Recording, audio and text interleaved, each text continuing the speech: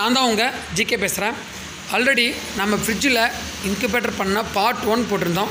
சரி, இந்த வீடியோவில் அதனுடைய தொடர்ச்சியாக தான் நான் இந்த வீடியோ போடுறேன். பார்த்தீங்கன்னா இதுக்கு நான் 2 பல்பு மட்டும்தான் யூஸ் பண்ணியிருக்கேன். ரெண்டும் வந்து 40 வாட்ஸு.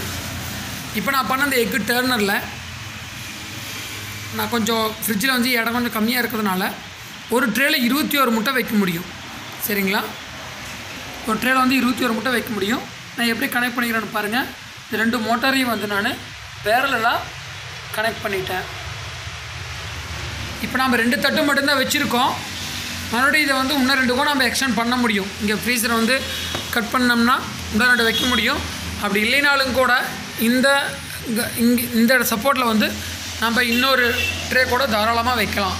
இப்போதைக்கு நாம் செஞ்சதில் பார்த்திங்கன்னா ஒரு 42 முட்டை வரைக்கும் வைக்க முடியும். இதுக்கு நான் அந்த 40 வாட்ஸ் பல்பு மட்டும்தான் போட்டிருக்கேன். இதுக்கு மேலே வந்து நான் பல்பு போட வேண்டாம் அப்படின்னு தான் பார்க்குறேன். ஏன்னா ஃப்ரிட்ஜு வந்து ஃபுல்லாக ஹீட் ஆகிறக்கு அதிகபட்சம் ஒரு 3 to 4 மினிட்ஸில் வந்து ஹீட் ஆகிடுது. அதுக்கப்புறம் வந்து அதுவே அப்படியே டெம்பரேச்சர் மெயின்டைன் பண்ணிக்கும். சரிங்களா? பாருங்கள், இங்கே ரொட்டேட் ஆகிட்டுருக்கிற அந்த டர்னரை நாம் இந்த டைமரில் கனெக்ட் பண்ணியிருக்கோம். டைமர் வந்து நான் இப்போ செட் பண்ண போகிறேன். 2 மணி நேரத்துக்கு ஒரு 10 செகண்ட் இல்லை 20 செகண்ட் வந்து ஆன் இருக்கிற மாதிரி. இது வந்து தெர்மோஸ்டாட். இதுக்கு நான் W1209 தெர்மோஸ்டாட் தான் நான் யூஸ் பண்ணியிருக்கேன். இப்போ இது மட்டும் இல்லாமல்